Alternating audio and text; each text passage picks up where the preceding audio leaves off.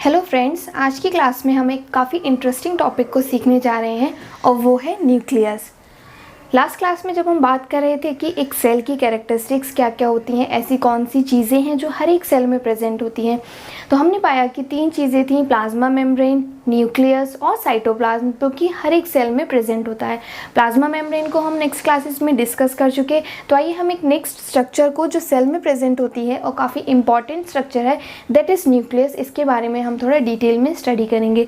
तो न्यूक्लियस क्या होता है, न्यूक्लियस कहाँ प्रेजेंट होता है? न्यूक्लियस जो है वो सेल के अंदर प्रेजेंट होता है, सेल के ऑलमोस्ट सेंटर में प्रेजेंट होता है और ये एक डबल मेम्ब्रेन स्ट्रक्चर है, मतलब इसके चारों तरफ भी 2 मेम्ब्रेन से ये जो है ये कवर्ड रहता है।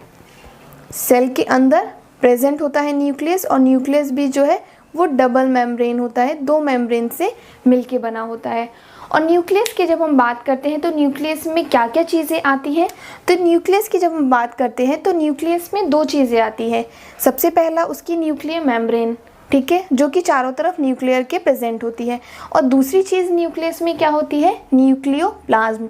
न्यूक्लियो मतलब न्यूक्लियस और प्लाज्म मतलब न्यूक्लियस के अंदर का जितना भी फ्लूइड मटेरियल है या फिर जितना भी उसमें कंटेंट प्रेजेंट है, तो उसको हम बोलते हैं न्यूक्लियोप्लाज्म। और न्यूक्लियोप्लाज्म में यानी न्यूक्लियस के अंदर क्या क्या चीज़ें प्रेजेंट होती हैं, क्रोमेटिन मटेरियल और न्यूक्लियोलस।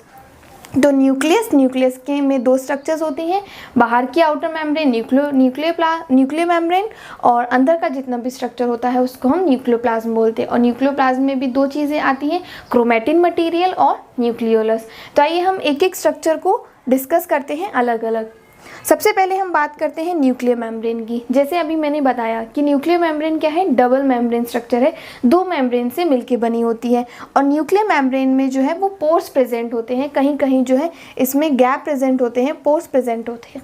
पोर्स क्यों प्रेजेंट होते हैं, ताकि जो न्यूक्लियस है और न्यूक्लियस के जो बाहर का साइटोप्लाज्म है, ताकि जो न्यूक्लियस का मटेरियल है वो बाहर के साथ जो है वो कांटेक्ट में रह सके, मटेरियल जो है वो अंदर या बाहर आ जा सके, इसके लिए क्या है न्यूक्लियर मेम्ब्रेन के अंदर पोर्स प्रेजेंट होते हैं।